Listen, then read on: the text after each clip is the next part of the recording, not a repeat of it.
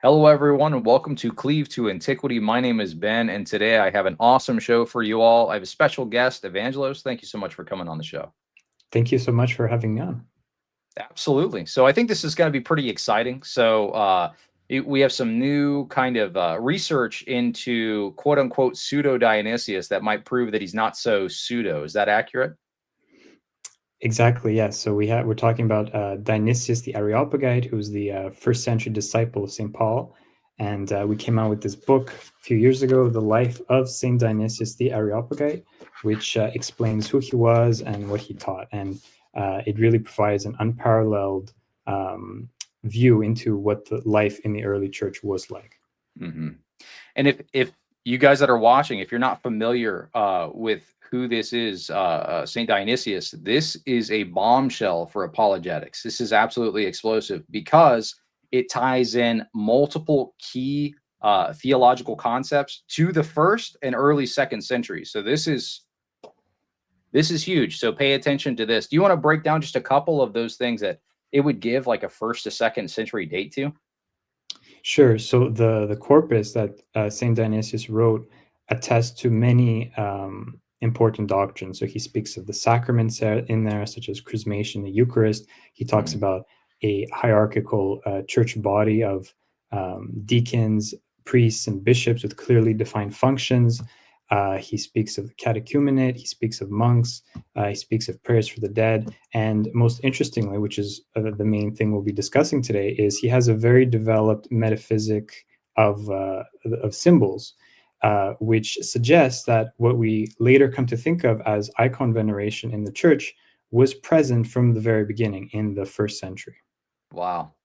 So this would give basically like a first century look at the theology of icon veneration, be a kind of a proof text for that, as well as for the episcopacy that we see today.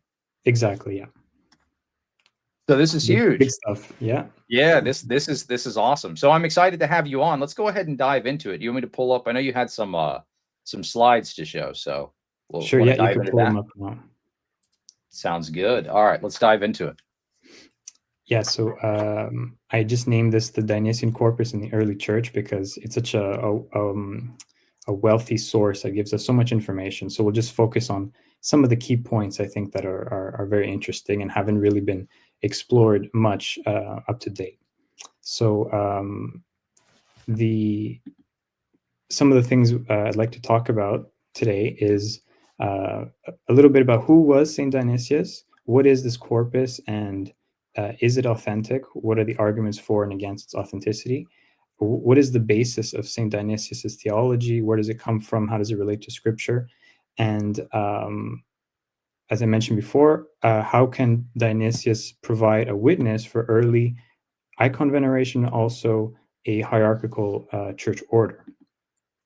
So a little bit about who we're talking about. So Saint Dionysius appears in Scripture in the book of Acts, chapter 17, in the scene where Saint Paul preaches famously to the Areopagus, which is this a stone outcropping near the Acropolis in Athens, and he preaches the resurrection of the dead over there. And a lot of the Athenians, being cocky philosophers as they are, they mock him. But St. Luke says that some believed, among whom, quote, also were Dionysius the Areopagite. So, according to tradition, this person, so he's described as an Areopagite, meaning that he was a high magistrate of the court of Athens. And according to tradition, this person later became the first bishop of Athens. And this information is found in Eusebius, who is himself quoting a second century author, Dionysius of Corinth, who says in one of his letters that Dionysius, who was converted by St. Paul, later became the first bishop of Athens. That's very interesting. So this would be a contemporary of Paul that we're tying back a lot of these theological concepts to. So extremely early witness. Exactly. He's not just some random author. He is an immediate disciple of St. Paul who knew the apostles personally. One of his letters, for example, is written to St. John the Evangelist on Patmos, He was a correspondent with Saint Polycarp, and he met Saint Peter. He knew a lot of these people. So, Interesting.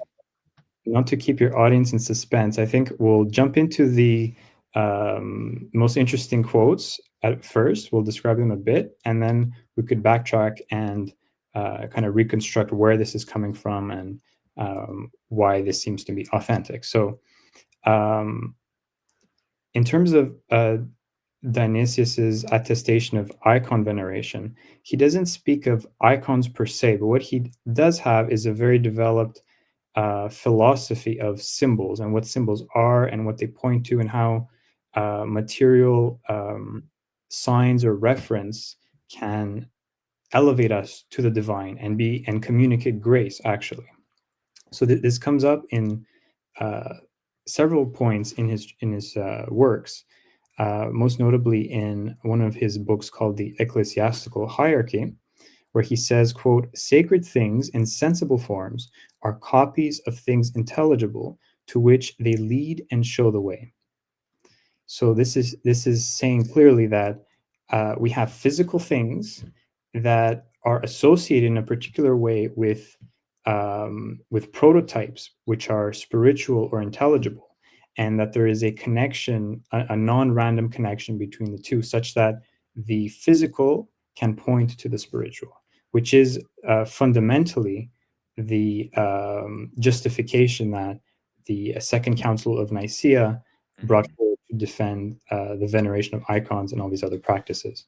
Yeah, absolutely. So while he might not maybe mention icon veneration by name and say, I walked up to the icon and venerated the icon, he's presenting the theology behind icon veneration very clearly in Exactly. a first century document, which is huge. Exactly. And there are even more quotes that are more explicit. So this is one of my favorites, where he mentions this in Epistle 9 to this person called Demophilus. So he's talking here about the sacred symbols, and that's a very broad category for Saint Dionysius. So when he speaks of symbols, he's not talking about what we would think of today as just kind of random signs that have no association with reality. Symbols for Dionysius are things that point to spiritual reality. So they could be allegorical expressions in Scripture. They could be the sacraments. They could be even something like the incarnation is a symbol for Dionysius, because it's a way that the hidden God becomes visible and manifest to man. So that's what he has in mind when he's using this word. And what he says in this epistle is that we must reverently enter within the sacred symbols and not dishonor them, being as they are products and molds of the divine characteristics and manifest images, in Greek that's the word icon, of the unutterable and supernatural visions. So not only, as in the previous slide, does he say there is a connection, there's an association of the symbol with the prototype, but he says that because of this association, we actually have to revere the symbol and not dishonor them. In other words, to venerate the symbol because of what it represents. Right. Yeah, absolutely. I think you would have to that would be a very difficult argument to make, to say that it isn't referencing some type of iconography or maybe some other religious symbol in which you would be venerating here. So while he might not say, like I said earlier, I'm walking up to the icon, kissing the icon, bowing before the icon, so on and so forth, the theology behind all of that is extremely present. Absolutely. And there is even an indication that he might be referring to something physical in this quote here. This is from the Celestial Hierarchy, where he's talking about the angelic ranks. So in the two previous quotes, basically what we establish is that there are symbols that point to spiritual realities. The symbols have to be revered and honored. But not only that, but here he says that it is not possible to attain a contemplation or a higher spiritual reality without these material symbols. So not only are they there, are they present, but they're actually necessary in our spiritual life. which is what he says: "It is not possible for our mind to be raised to the immaterial representation and contemplation of the heavenly hierarchies without using the material guidance suitable to itself." And then, very interestingly here, he says, "Accounting the visible beauties as reflections of the invisible comeliness." And he goes on to explain that, for example, what we see as physical beauty on earth, it's a reflection of the invisible beauty of heaven. And when we have physical lights here, for example, like a candle, that represents spiritual enlightenment. And on the earthly plane, we commune with God through the Eucharist in a material fashion, but the angels have some type of other spiritual communion with him, seeing him face to face in heaven. So there's this mirroring of the heavenly and the earthly. So I found it quite interesting that, given that he speaks here of visible beauties on the earth in the church, which it's possible that what he is referring to here is some type of fresco or mosaic or something in the physical church that is pointing towards the glory of heaven. Yeah, absolutely. Using the material guidance suitable to itself, Mm-hmm. accounting the visible beauties as reflections of the invisible comeliness. Mm-hmm. So not possible for our minds to be raised up to that without these physical representations. So very, very clear statements, in my opinion, here, Mm-hmm. that could easily be tied back into the practice of icon veneration. Yeah, So absolutely. let's talk about the, I guess, the evidence towards this corpus being genuine. Do you want to dive into that? Sure. Yeah, I had two other quick slides about the hierarchical order. If you want, we could do that now, and then we'll Yeah, go ahead. jump back. Yeah. So Dionysius, like I said before, not only does he attest to this sort of icon veneration, but there's also very clear a church order that he speaks of, and the two are not unrelated. In fact, they're almost like two sides of the same coin, because if we think of icons as material means that convey grace, then that's precisely what the church orders are. They convey grace in a different manner. And the reason we have three orders in the church, principally the deacon, priest, and bishop, is according to Dionysius because they're symbols, or they represent the three stages in our spiritual advancement, from purification as catechumens, to then enlightenment through participation of the mysteries, and then finally to perfection, which as as Christ says on the Sermon to the Mount, "Be ye perfect as your Father in heaven is perfect." That's the goal of the Christian life, to become saints. And these three orders are a reflection of these three stages. So that's essentially what Dionysius is saying here, that a hierarchy, which by the way is a word that he coined, he invented that word, is an imitation of the likeness of God, according to the capacity of each person. So it's participating in God to different degrees as each is able. And then finally, in the ecclesiastical hierarchy, he says this again, where he says there are inferiors and superiors in the church, because there are different levels of spiritual maturity. So the inferiors are meant to follow their spiritual superiors, and the superiors are meant to elevate those below them and those in their charge. So yeah, that was just to round off our quotes here. So we could get into a bit about the corpus and its authenticity. So for those who don't know, there are about 7 works that Dionysius wrote, 2 of which are lost. These are the theological outlines in which he discussed the Trinity. Then there are the divine names, where he talks about the different energies or operations of God, like goodness, beauty, wisdom, life, and so forth. Then he has the symbolic theology, which unfortunately for us is the one that spoke most about this theology of symbols. That is also lost. And then there is the mystical theology, which is the capstone of this tetralogy, so to speak, which explains how we've descended now from God, from the Trinity, all the way down through the energies to the material plane, and now how do we ascend back up? That's what the mystical theology talks about.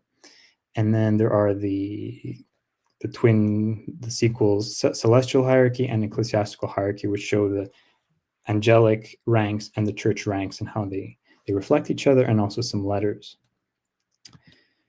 Okay, so as many people might know, the works of Saint Dionysius were considered authentic for over 1,000 years, east and west, throughout every denomination of Christianity, and then they began to be questioned in the Renaissance.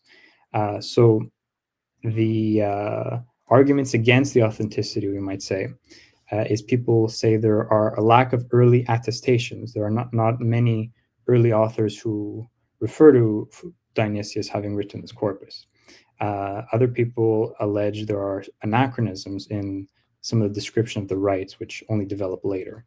And the strongest argument is this idea that there is a dependence on Neoplatonic ideas, in particular from this one philosopher called Proclus, which is something we've focused a lot in our research. On the foreside, the arguments for authenticity, there is the you might call it the universality of tradition, that these writings were honored and respected and found so profound by many people throughout the centuries, east and west, and everyone took it for granted that this and such profound writings had to come from the pen of an apostolic writer of Dionysius's caliber. There's also the fact that the text is very idiosyncratic. And what I mean by that is that the language and the doctrines are very unique. They're or very particular formulations, which you don't find in later writers. So it would have been very difficult for someone, let's say in the 5th or 6th century, to just forge these writings, which have in many ways an archaic flavor. And the last point I would say is that there, in fact, when you study the corpus in more detail, not only are there not anachronisms, but there are many instances that where Dionysius seems to be interacting with the hot button issues of the 1st and 2nd centuries. And the main example I would give is the idea of angels. So Dionysius is very focused on angels, not only in the celestial hierarchy, but even in the divine names. And if you think that those 2 centuries in the church, that was a very big issue. You find it reflected in Judaism, in the Dead Sea Scrolls and Philo. You find it in the New Testament, where St. Paul talks about the 3rd heaven. In the book of Revelation, where the angels offer the prayers of the saints in heaven. You find it in Ignatius in his epistle to the Trallians, where he talks about the various ranks of angels that is not lawful for him to speak of to the multitudes.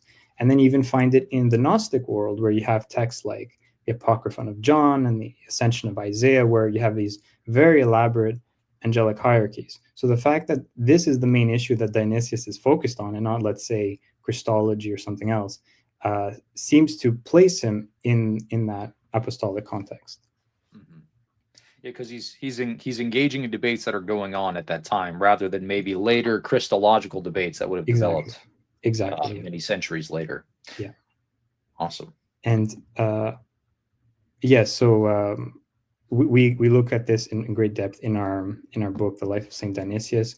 One great example that I would just give here is Clement of Alexandria, who was a later writer. He wrote end of the 2nd, beginning of the 3rd century. He has this passage in his main work where he says that the grades in the church of bishops, presbyters, and deacons are imitations of the angelic glory. And this is a hallmark Dionysian idea, which is not found anywhere else. And I haven't really found it after Clement of Alexandria. So one possibility is that Clement of Alexandria, who was writing not that much longer after Dionysius, within a century, let's say, was privy to these writings as part of his vast library in Alexandria, he was very well read, and he collected a lot of these apostolic traditions, and he often cited them without attribution. So that's one possibility. But even if we are to say that this is just a coincidence, at the very least, this shows that this foundational idea in the corpus did exist in the early church, because here we have another writer, Clement of Alexandria, who makes exactly the same point. Right. And for those of you that are unaware, Clement of Alexandria, he died in 215 AD. So this is extremely early attestation Yeah. to the same ideas. Yeah. But not only that, possibly citing Dionysius's work as well here, because he's talking about the same concept. It would be a pretty big coincidence for that not to be the case. Yeah, for sure. He just so happened to some other random work out there that nobody's ever discovered use citing instead of Dionysius's work. So yes, and he's not only talking about bishops, presbyters, and deacons. He's not only talking about angelic ranks. He's talking about both of them together as mirrors of one of the other, which is a very particular combination that you only find in Dionysius previous to Clement. Right. So, and that would also give first century attestation to the Episcopacy as we know it today. So absolutely, yeah. Very interesting. And this is my favorite table. It looks a bit scary because there's a lot of information, but I won't read all of it. So this is sort of a rebuttal to the claim that Dionysius copied this later philosopher called Proclus, which has been the main go-to argument for the past 125 years, let's say, in scholarship, saying that the writings cannot be authentic because there are these lexical borrowings from Proclus. And we were very surprised and overjoyed in our research to discover that actually in a lot of these passages that are said to be dependent on Proclus, they are actually intertextual with a third source, which is much, much earlier, called the Clementine Homilies. And these are the main examples I've put in this table. So you see in the column to the far left, what is said in the homilies. This is about the nature of evil. Essentially, the idea is that evil does not have being, but it's a lack of being. And they sort of discuss the metaphysics of what evil is. So Dionysius also discusses evil in Book 4 of the Divine Names, famously. And Proclus also does the same in this work that he wrote on the subsistence of evil. And there are these lexical comparisons and clear borrowings. The question is, which direction is the borrowing? So previously, and this is fresh research, this hasn't been shown before, so people can't say it's been debunked or whatever. So previously, people said, well, clearly, if you just look at the last two columns, Dionysius is taking it from Proclus. But now that we have this third source in the picture, we see that actually Dionysius's language is much closer to what the Clementine homilies use. For example, in the first box where they say evil is impassible, Dionysius says evil lacks passibility. Or sorry, my bad. Matter is impassible, therefore matter cannot be evil. Dionysius says matter lacks passibility. And Proclus says matter is a substrate. So he has the same idea, but he's paraphrasing it slightly. Or further below, when we have Clement discussing how things like lust and anger, these things are not evil by nature, but they're just a misuse of proper faculties that God gave us. And that's what Dionysius says, that we have irrational desire and wrath that are distant echoes of the good.